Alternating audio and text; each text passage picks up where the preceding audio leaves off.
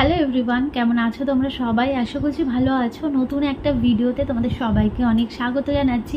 তো খুব একটা আমি এইভাবে বসি না, তোমরা ভালো মতন জানো। সবসময় চেষ্টা করি আমার যেটুকু হোক কাজকর্ম দিয়ে, সংসার দেখিয়ে, বাড়ির কাজ দেখিয়ে এইভাবেই ভিডিও দেওয়া আর কি। তো আজকে এইভাবে বসলাম, নিশ্চয়ই টাইটেল থাম্বনেল দেখে বুঝতেই পারছো যে কি ভিডিও তোমাদের সাথে শেয়ার করতে বসেছি। আসলে অনেক দিন ধরে কমেন্ট পেয়েছিলাম যে রিয়াঙ্কা ওটির এক্সপিরিয়েন্সটা তোমার সাথে তুমি শেয়ার করো। তো আজকে আমার 1.5 মাস হয়ে গেল আমার ডেলিভারি হয়েছে, আমার সোনা পাপার বয়স 1.5 মাস হয়ে গেল। তো যাই হোক, ভাবছি দেব করে করে না সময় করে উঠতে পারছি না। তো আজকে অবশেষে বসলাম তোমাদের সাথে এই ভিডিওটা শেয়ার করার জন্য।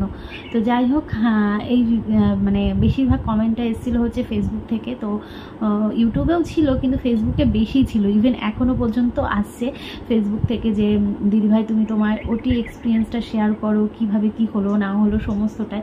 সত্যি বলতে দেখো, এই ডেলিভারি নিয়ে কিন্তু প্রতিটা মেয়েদের একটা ভয় কাজ করে, প্রতিটা মেয়েদের। হ্যাঁ, সে দ্বিতীয়বার হোক, তৃতীয়বার হোক, আর প্রথমবার হোক। তবে হ্যাঁ, প্রথমবারের অভিজ্ঞতা তো থাকে না, দ্বিতীয়বারে যেমন একটা অভিজ্ঞতা থাকে যে এরম একটা হয়, কিন্তু ভয় তো অবশ্যই করে। কিন্তু ফার্স্ট যারা মা হচ্ছে তাদের একটা আলাদাই মানে ভালো লাগা কাজ তো করেই, একটা আলাদাই অনুভূতি যে মা হব বা আর কিছুক্ষণ পরেই আমার বেবিকে দেখতে পাবো। কিন্তু তার সাথে ভয় কাজটাও কিন্তু অনেকটাই করে, যেটা আমার মধ্যেও ছিল। মানে আমার শুরু থেকে একদম ডেলিভারির দিন পর্যন্ত এই টেনশনটা প্রতিটা সময় কাজ করেছে। ইভেন আমি যখন বাড়িতে একা একা থাকতাম না, তখন পর্যন্ত আমি কান্না করতাম যে কি হবে এরকম একটা ব্যাপার, যে কোনো অভিজ্ঞতা নেই। তো সবাই বলে যে না ঠিক হয়ে যাবে, কোনো কিছুই না। যেমন এখন আমি তোমাদের যেটা বলবো যে হ্যাঁ এটা কোনো কিছুই না, সেটা আমি পরে আসছি। তো সেই সময়ও আমাকেও অনেকেই বলতো যে কিছু হবে না, কোনো ভয় নেই। আর আমি সবার সাথে এই জিনিসটা শেয়ার করতাম, খুব এই হয় ওই হয়, খুব কষ্ট হয়, খুব ব্যথা হয়, বলো কি হবে, আমার তো খুব ভয় লাগছে। এই বলতে বলতে প্রচণ্ড কেঁদে ফেলতাম যে কি হবে, এই একটা ব্যাপার। তো যাই হোক, যখন আমার সেই দিনটা আসলো, যখন 14ই মে, তোমরা জানো আমার ডেলিভারি ডেট ছিল হচ্ছে 15ই মে। তো অ্যাকচুয়ালি আমার বেবি ম্যাচুরিটি হয়ে গেছিলো। তো এখন বুঝি বাড়িতে বাচ্চা থাকলে তাকে একটা সময় দেওয়ার ব্যাপার থাকে। তো তাকে শান্ত করা আগে, তারপর তোমার ভিডিও বলো বা সংসারের কাজ বলো, যাবতীয় সব কিছু। এই যে ভিডিওটা দেখছো, এটা কালকে শ্যুট করতে বসেছি, আর আজকে বাকিটা তোমাদের সাথে শেয়ার করব। কারণ গতকালকে কিছু কথা বলতে বলতেই আমার সোনা পাপা উঠে গেছিলো, তারপর আর সুযোগ সুবিধা হয়নি যে ভিডিও করতে বসবো। তো আজকে হচ্ছে নেক্সট ডে, মানে আজকে হচ্ছে তোমার সোমবার। আজকে সোমবার, গতকালকে রবিবারে ভিডিওটা শ্যুট করতে বসেছি, আর বাদ বাকিটা আজকে আবার তোমাদের সাথে শেয়ার করব। বাইরে হচ্ছে প্রচণ্ড বৃষ্টি, আর সত্যি বলতে আজকে আমি সারাদিনে ভিডিও শ্যুটও করিনি।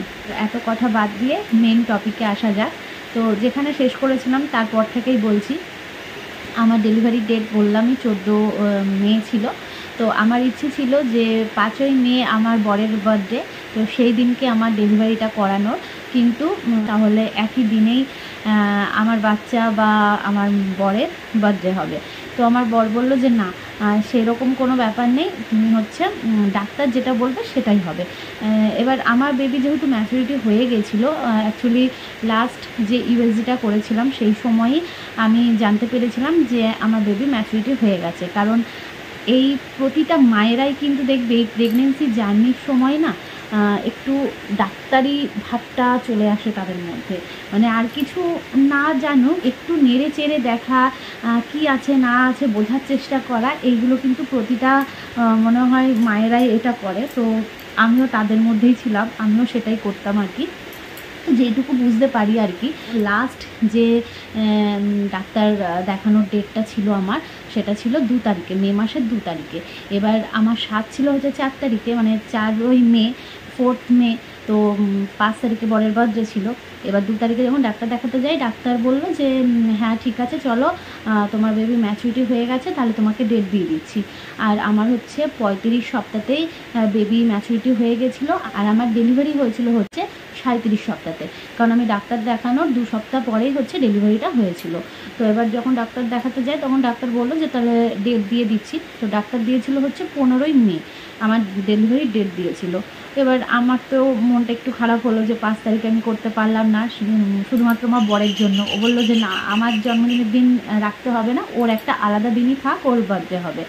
তো সেই হিসেবে চলে আসা হলো। আর তাছাড়া প্যাকিং ট্যাকিং কিছুই করানো ছিল না, আবার মেন্টালি প্রিপেয়ারও ছিলাম না। তো ঠিক আছে চলো, যেটা সবাই চাইছে সেটাই হোক আর কি। মায়েরও ইচ্ছে ছিল না 5ই মেটা পরের দিনই এইভাবে করানোর, কারণ 4 তারিখ যেহেতু 7 ছিল। তো যাই হোক, এইটা পুরোটা গেল। এবার 14 তারিখের কথা বলি। 14ই মে হঠাৎ করেই আমার শরীরটা একটু খারাপ হয়। আমি বলি তোমাদের, শ্রাবণীদির সাথে আমার কথা হয়েছিল 13 তারিখে। তো দিদিভাই বলছে যে তোমার ডেট 15 তারিখে দিয়েছে, তো তোমার দেখবে 14 তারিখেই তোমার ডেলিভারি হবে। আমি বলছি কি করে হয়, আমি তো সুস্থ, আমার তো কোনো সমস্যা নেই। আর সত্যি বলতে আমার ডেলিভারি জানি তো, তোমরা তো দেখেছো, আমার সত্যি কথা কোনো সমস্যা হয়নি। আমি যেই ডক্টরের আন্ডারে ছিলাম, আমার যেটুকু সমস্যা হতো, যেমন ধরো দাঁতে ব্যথার প্রবলেমটা হয়েছিল, জ্বরের প্রবলেমটা হয়েছিল, তো সেটার জন্য ডাক্তার মেডিসিন দিয়ে দিত আর আমি সুস্থ হয়ে যেতাম। আমার কোনো খাওয়া বলো বা কোনো কিছুতে সমস্যা ছিল না। আমি দিব্যি এনজয় করেছি এই প্রেগনেন্সি জার্নিটা। তো তখন আমাকে বললো কি যে দেখবে মিষ্টি, আমাকে মিষ্টি বলে, তো দেখবে মিষ্টি তোমার কালকেই হচ্ছে তোমার ডেলিভারি হবে। আমি বলছি কি করে হয় সেটা, কালকে আমাকে তো ডেট দিয়েছে 15 তারিখ বৃহস্পতিবার, বুধবারে কি করে হবে। এবার আমি সেটা একটুখানি আড্ডার ছলেই মিলানো, তাই তারপরে এটাও বলেছিল যে তোমার ঘরে গোপাল আসবে। তো এই দুটো জিনিসই দিদিভাইয়ের কথাই ঠিক হয়েছে, যে আমার ঘরে গোপালও এসেছে, ইভেন আমার ডেলিভারিটা 14 তারিখেই হয়েছে। মানে একদম হঠাৎ করে, কোনো কিছুই না, হঠাৎ করেই একটা সমস্যা হলো, হঠাৎ করেই আমাকে অ্যাডমিট হতে হলো। তো 14 তারিখ সকালবেলা ঘুম থেকে আমি উঠেছি এই ধরো 8টার দিকে। আর 8টার দিকে ঘুম থেকে উঠে না আমার শরীরটা যেন কেমন ম্যাচ ম্যাচ করছে, ভালো লাগছিল না। মানে কি বলবো, একটা আলাদাই একটা কেমন হচ্ছিল ভেতরে। তারপর হচ্ছে ফ্রেশ হই, বিস্কুট খাই, আর মনে হয় দুধ মুড়ি খেয়েছিলাম, একদম অল্প দুধ মুড়ি খেয়েছিলাম। আর সেই দিনকে আমার বরকে বলেছিলাম, মানে দুদিন ধরেই বলেছিলাম যে আমি ডেলিভারি করতে যাওয়ার আগের দিন, মানে 14 তারিখে বুধবার, আমাকে একটু মাটন নিয়ে এসে দেবে, একটু মাটন খাবো, তারপরে আবার কবে খাবো না খাবো, রিচ তো খাওয়া যাবে না। তারপরে বললো ঠিক আছে এনে দেবো। তো ও সেই মতো প্ল্যানেই গেছে যে কাজে যাবে, কাজ থেকে সোজা মাটন নিয়ে বাড়ি আসবে। এবার আমার শরীরটা খারাপ হচ্ছে, ভালো লাগছে না, মানে আমি 2-3বার বাথরুমে যাচ্ছি আর আসছি, আমার যেন কেমন হচ্ছে শরীরের মধ্যে। তো মাকে হঠাৎ করে বললাম যে মা, ওকে ফোন করে বলো যে মাটন যেন না আনে। তখন ওকে ফোন করে বলবেই, মানে বলতে যাবে সেই কথাটা। তো তারপর মাকে বললাম যে মা চট জলদি ওকে ফোন করো, আমার ভালো লাগছে না, আমাকে এক্ষুনি অ্যাডমিট হতে হবে। তো চট জলদি আমি ডক্টরকে ফোন করি। আর সেই সময় না ডক্টর হচ্ছে ছুটিতে ছিল, মানে অ্যাকচুয়ালি মঙ্গল বুধ উনি ছুটিতে থাকে, বৃহস্পতিবার দিনকে বিকেল থেকে উনি আবার জয়েন করে, ঠিক আছে, যেই নার্সিংহোমে আমি ডেলিভারিটা করিয়েছিলাম। তো ওই 2 দিন উনি ছুটিতে থাকে। এবার আমি তো বুধবার দিন সকালবেলা ওনাকে ফোন করেছি, তো তখন উনি আমাকে বললো যে কোনো সমস্যা নেই, তুমি হচ্ছে যাও, গিয়ে হচ্ছে ওখানে অ্যাডমিট হও, তারপর দেখছি কি করা যায়। এবার আমার একমাত্র কথা ছিল ডাক্তারের কাছে যে আপনি কিন্তু ডেলিভারিটা করবেন, কারণ আমি অনেক সার্চ করে, অনেক দেখে শুনে আমি এই ডাক্তারের আন্ডারে গেছি, মানে এই ডাক্তারকেই দেখিয়েছি, কারণ আমার একটা বিশ্বাস ভরসা ছিল, আর ভালো এই ডাক্তারটা। তো তার জন্য আমি বলেছিলাম যে ফোন করে যে ডাক্তারবাবু আমি যদি অ্যাডমিট হই তাহলে কিন্তু আপনি ডেলিভারি করবেন। বলছে ঠিক আছে, আমি তখন ছুটিতে আছি, দেখছি কি করা যায়। এবার আমারও একটা টেনশন হচ্ছে ওইদিকে যে ডাক্তারবাবু ছুটিতে রয়েছে, তাহলে এখন আমার এমার্জেন্সি কী হবে। তো যাই হোক, আমার বর তো আসলো, আর আমাদের গাড়ি বলাই ছিল, তো ফোন করা হলো, গাড়িও বাড়িতে চলে আসলো জাস্ট 10 মিনিটের মধ্যে। আমি চট জলদি রেডি হলাম, মা রেডি হলো, আমি মা গাড়িতে করে বেরিয়ে গেলাম, আর আমার বর বাইক নিয়ে আসলো, কারণ কখন কি আনতে যেতে হয় বা কি করতে হয়, তো ওই জন্য বাইকটা তো লাগবেই, ওই জন্য বাইক নিয়ে গেল। তো সাথে সাথেই আমাকে হচ্ছে অ্যাডমিট করলো, না অ্যাডমিট করেনি সরি, মানে একটু চেক আপের ব্যাপার ছিল, সেই চেক আপগুলো করছিল। তো তারপর ডাক্তারকে ফোন করলো, আর আমি জানো তো কন্টিনিউ একটা কথা বলে গেছি যে আমার কিন্তু নর্মাল ডেলিভারি করবেন না, আমার সিজার করবেন। আমি এই একটা কথা, যে ওখানে এতগুলো নার্স ছিল, মানে ওরা আমাকে মনে রাখবে, সত্যি কথা। তারপর ওরা জেনেছে যে আমি ব্লগার, আমি ব্লগ করি, আমার সাথে খুব ভালো বিহেভিয়ার করেছে। আর সত্যি সবাই খুব ভালো গো, সিরিয়াসলি সবাই, জানি না তারা আমার এখন ব্লগটা দেখবে কিনা, সবাই খুব ভালো, বিহেভিয়ারও খুব ভালো। যাই হোক, আমি এত পাগল করে দিয়েছি একটা কথা বলে যে আমার কিন্তু নর্মাল ডেলিভারি করবেন না, আমার কিন্তু সিজার করবেন। কারণ আমি জানি দুটোতেই কষ্ট পেতে হয়, কিন্তু নর্মালের যে ইনস্ট্যান্ট যে কষ্টটা সেটা আমি নিতে পারবো না। তো তার জন্যেই আমি বলেছিলাম যে আমি সিজার করব। তো এই কথাটা কন্টিনিউ মাথা খারাপ করে দিচ্ছিলাম, আর ওরা ডক্টরকে ফোন করছিল। ডাক্তারবাবু কী বলেছে জানি না, আমাকে বারবার এসে বলছে যে তোমার কেমন লাগছে, হ্যান ত্যান এইসব জিজ্ঞেস করছে। তো যাই হোক, চ্যানেল করে দিল, সেলাইন চললো, ইউনিফর্ম পরিয়ে দিল, ওখানকার যা ইউনিফর্ম থাকে, আমাকে বেডে দিল। তারপর ডাক্তারকে আমার বর ফোন করলো, নিজে পার্সোনালি আমার বর ফোন করলো, করে বললো ডাক্তারবাবু এই তো ব্যাপার, আপনি তো সবই জানেন, কিন্তু আমাদের একটাই রিকোয়েস্ট, আপনি কিন্তু ওর সিজারটা করবেন, আপনার কাছে এটাই রিকোয়েস্ট। তখন ডাক্তারবাবু বললো হ্যাঁ ঠিক আছে, আমি যাচ্ছি। তখন ডাক্তারবাবু মানে কলকাতায় না কল্যাণীতে মনে হয় ছিল। তারপর যাই হোক, বাইক নিয়ে উনি আসলো। সত্যি বলতে সেদিন উনি আমার জন্যই এসেছিল, কারণ ওখানে সবাই আমাকে বলছে যে ডাক্তারবাবু কিন্তু উনি আসে না, উনি এই সময় ছুটিতে থাকে, এই দিনগুলো উনি আসে না, কিন্তু তোমরা এত রিকোয়েস্ট করেছো, ডাক্তারবাবু আর ফেলতে পারেনি, ডাক্তারবাবু সেদিন হচ্ছে এসে এর জন্য তোমার সিজারটা করেছে। তো যাই হোক, ডাক্তারবাবু আসলেন, এসে মানে আমাকে তো অ্যাডমিট করেছিল প্রায় মনে হয় 9:30 10টার দিকে, আর ডাক্তারবাবু মনে হয় ওই 12:30 1টার দিকে মনে হয় আসলো। এসে আমাকে একটু চেক আপ করলো, করে নিয়ে বললো যে, এবার আমিও ডাক্তারকে বলছি ডাক্তারবাবু নর্মাল করবেন না তো, সিজার করবেন তো? ডাক্তারবাবু বলছে আচ্ছা আচ্ছা দাঁড়াও দেখছি। তুমি বললো যে অ্যাডমিট করে নাও, আর আজকেই হচ্ছে ওটি করতে হবে। তো যাই হোক, মানে আমি ওই সময় টেনশান করব যে আমার সিজারে যা যা হবে এই চিন্তা, কিন্তু আমি তখন চিন্তা করছি প্রথমে যে আমার নর্মাল করবে না সিজার করবে, নর্মাল করবে না সিজার করবে, এই একটা ব্যাপার। তো যাই হোক, ডাক্তারবাবু যখন বললো যে হ্যাঁ সিজার করবে, তখন একটুখানি শান্তি পেলাম। আর আমি প্রচুর কান্না করছিলাম যে শুধু ওই একটা কথাই যে আমার নর্মাল করবে না তো, আমার সিজার করবে তো, এই একটা কথা বলে আমার বাড়ির লোকের কাছে কান্নাকাটি করছিলাম।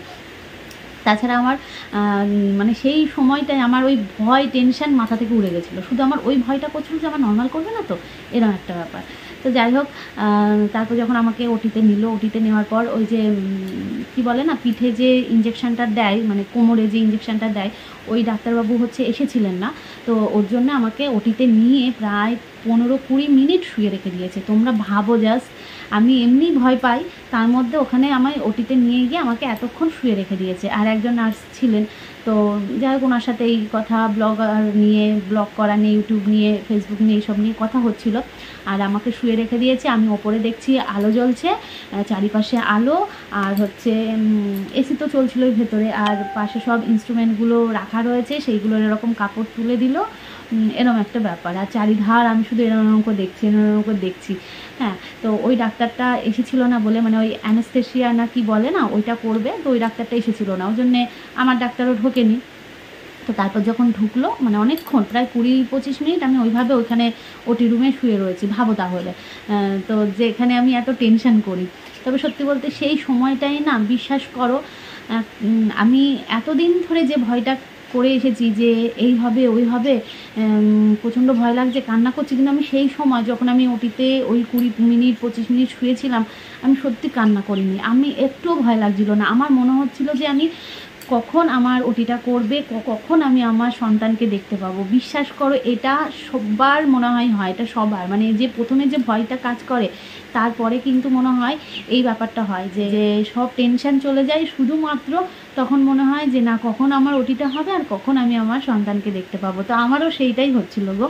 তো যাই হোক, যখন ডাক্তার আসলো, আসার পরে এই ইউটিউব নিয়েই গল্প হচ্ছে, বুঝলে, ভীষণ এনজয় করেছি আমার ওটিতে। আমার টেনশন হয়নি, আমার ভয় লাগেনি, কিচ্ছু না। তো যখন সব ডাক্তার নার্সরা আসলো, মানে আমাকে তো শুয়ে দিয়েছিল, তারপর আমার ডান দিকে ছিল আমার ডক্টর, আর আমার বাঁ দিকে ছিল হচ্ছে ওই আরেকটা মহিলা ডাক্তার, বুঝলে, মানে হেল্প করছিল, স্টিচ করাগুলো করে দিচ্ছিল, বা উনি ওনার পাশেই ছিল আর কি, মানে এরকম আমি শুয়ে রয়েছি আর আমার দুই পাশে এরকমভাবে দাঁড়িয়ে দুজনে, আর মাথার কাছে বসেছিল হচ্ছে ওই অ্যানেস্থেশিয়া যে করেছিল ওই ডাক্তার। তো ওইটা যখন করছে, এবার তোমাদের বলি, যে সিরিঞ্জটা দিয়ে পুশ করে ইঞ্জেকশানটা, তো আমরা আগেই বলেছিলাম ডাক্তারকে যে ডাক্তারবাবু যেন ব্যথা না লাগে, শুনেছি না কেউ ইঞ্জেকশানটায় ব্যথা লাগে। তখন ডাক্তারবাবু বলেছিল ঠিক আছে, ওই 27 না 28 নম্বর একটা সিরিঞ্জ থাকে, আমার ঠিক এক্স্যাক্টলি মনে পড়ছে না, ওই সিরিঞ্জটা দিয়ে তোমাকে হচ্ছে ইঞ্জেকশনটা দেওয়া হবে। আমি বললাম ঠিক আছে। তো যখন ওই ইঞ্জেকশনটা আনে তখন ডাক্তারবাবু বলছে যে নাও এই ইঞ্জেকশনটা ওকে দেবে, হ্যাঁ এই সিরিঞ্জটা। তখন নার্সটা বলছে কি বাবা এত ভালো ইঞ্জেকশনটা তোমায় দেবে? আমি বললাম হ্যাঁ আমি ডাক্তারবাবুকে বলেছিলাম। বলছে এতে তুমি একটুও ব্যথা অনুভব করবে না। আর সত্যি বলতে বিশ্বাস করো, অনেকে বলে যে ইঞ্জেকশনটাতে অনেক ব্যথা লাগে, অনেক ইয়ে হয়, কিন্তু আমার না সেই ব্যথাটা লাগেই না। আমার ঘাটটা নিচু করলো, করার পরে যখন আমার এই কোমরটা ইঞ্জেকশনটা দিল আমি সত্যি সেইভাবে কষ্ট আমি পাইনি।